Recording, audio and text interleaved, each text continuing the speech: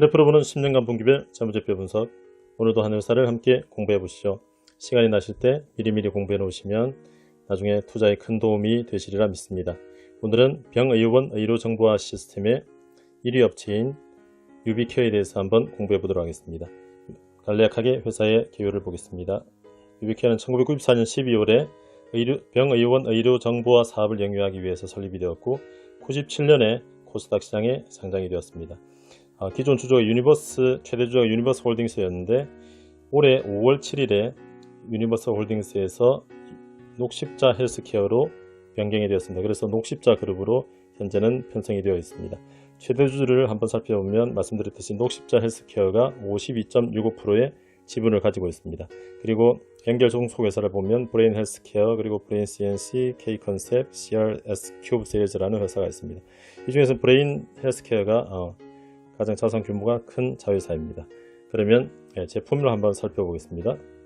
말씀드렸듯이 유비케어는 국내 요양기관의 EMR, 그러니까 일렉트로닉 메디컬 레코드 시장 점유율 1위 업체입니다. 45%를 현재 점유하고 있고요.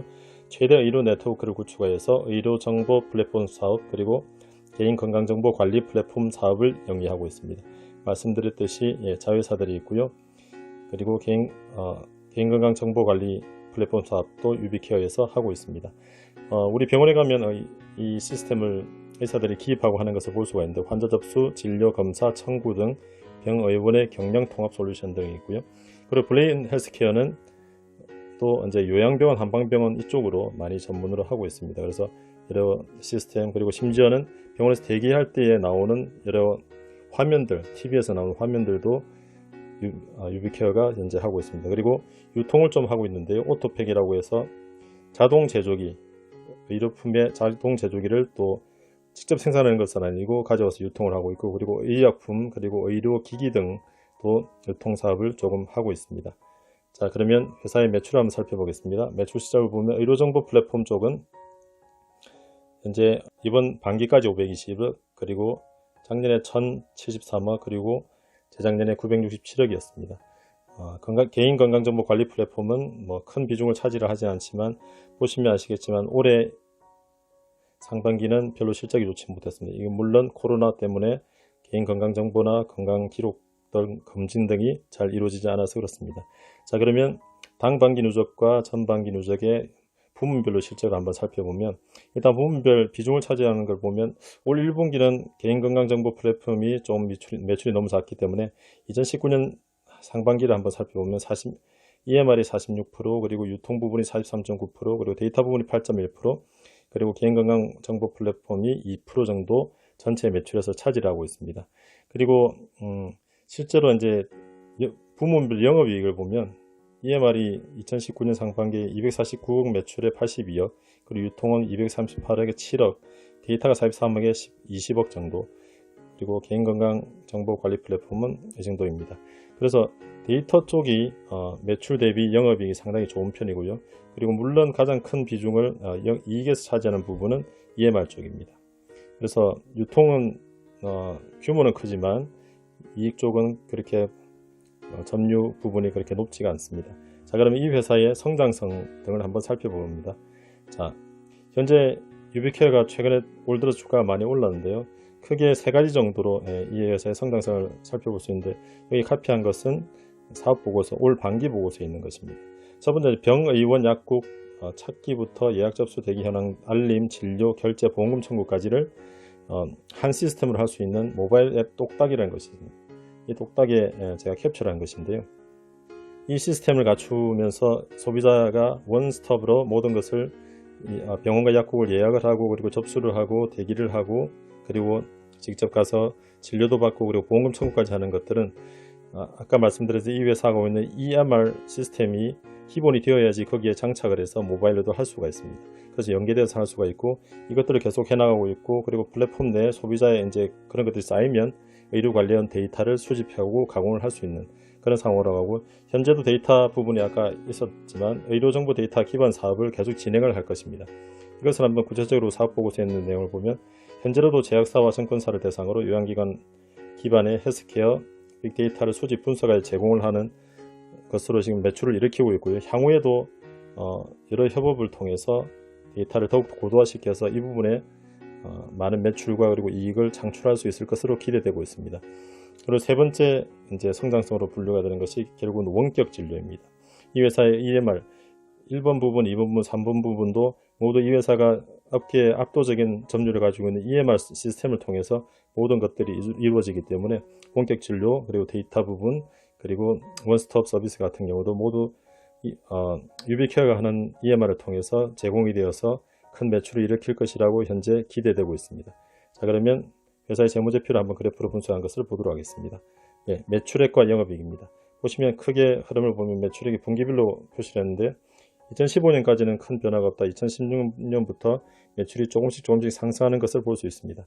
그러다 2019년 하반기 이후로는 좀 정체된 모습을 보이기도 합니다. 이익은 거기에 따라서 좀 변동이 있지만 최근 들어 조금씩 늘어났고 영업이익률은 비슷하게 늘어나는 모습을 나중에 살펴볼 수 있을 것입니다. 자, 그러면 매출액 증감률, 영업이익 증감률들을 보겠습니다. 파란색이 매출액 증감률인데요. YOY로 나타났기 때문에 전년 동기 대비 나타낸 것입니다. 그래서 2019년 반기까지는 매출액이 꾸준히 전년 동기 대비 20-30%씩 늘었다가 2019년 하반기부터 매출액 증가율이 조금씩 줄어들기 시작했고 올 2분기는 이제 코로나 영향도 있긴 하지만 좀 줄어들었습니다. 영업이익 증감률도 전년 동기 대비 2018년, 17년, 18년, 19년 상반기까지 좋다가 최근 들어서는 좀 좋지 못하고 사실상 2019년 3분기부터는 조금 주춤한 모습을 볼 수가 있습니다.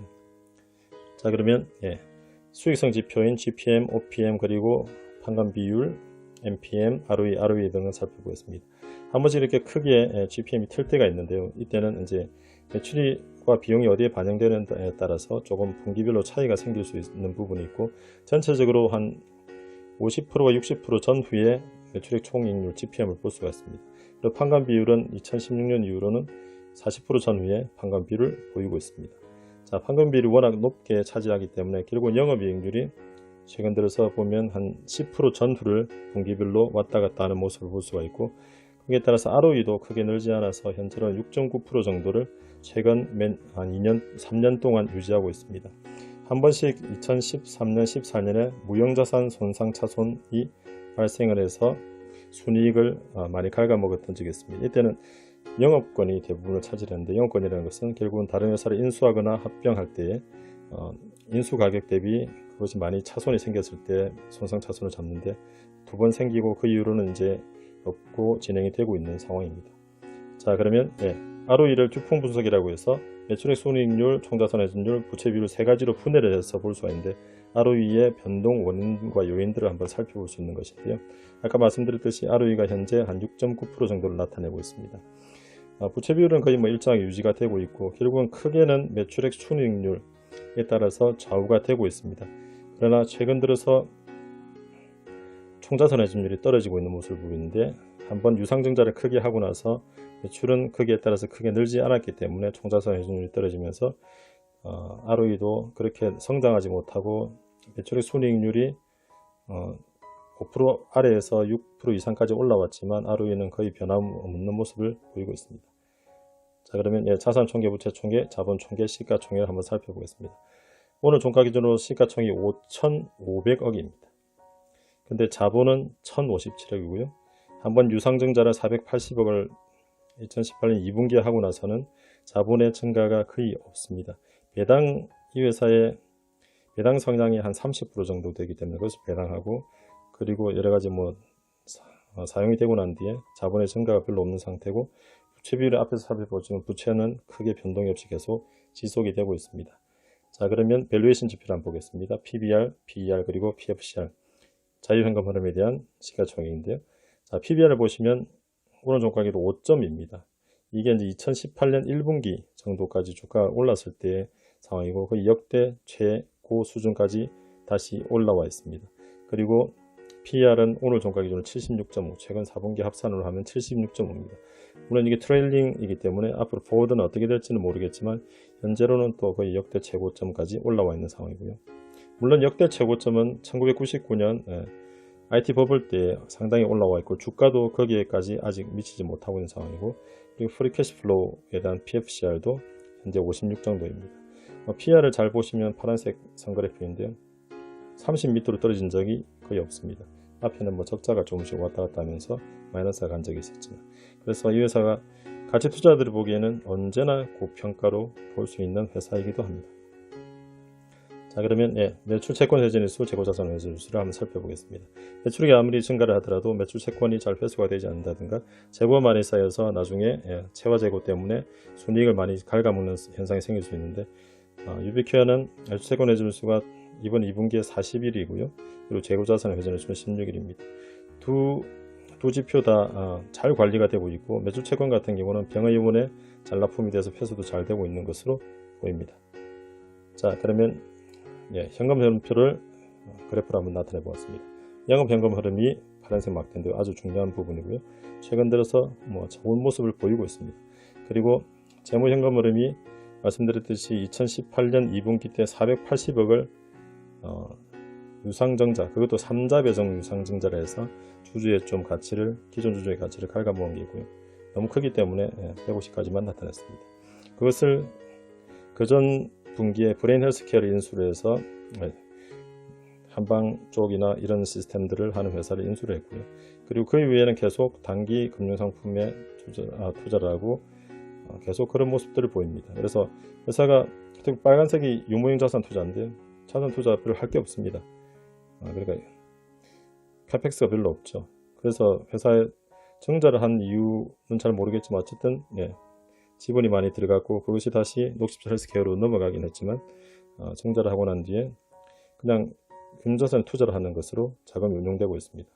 그래서 최근 4분기 합산의 현금 흐름표를 그래프로 나타내 보면 이런 모습을 보입니다. 캐펙스가 1년 평균 한 20억 정도고요.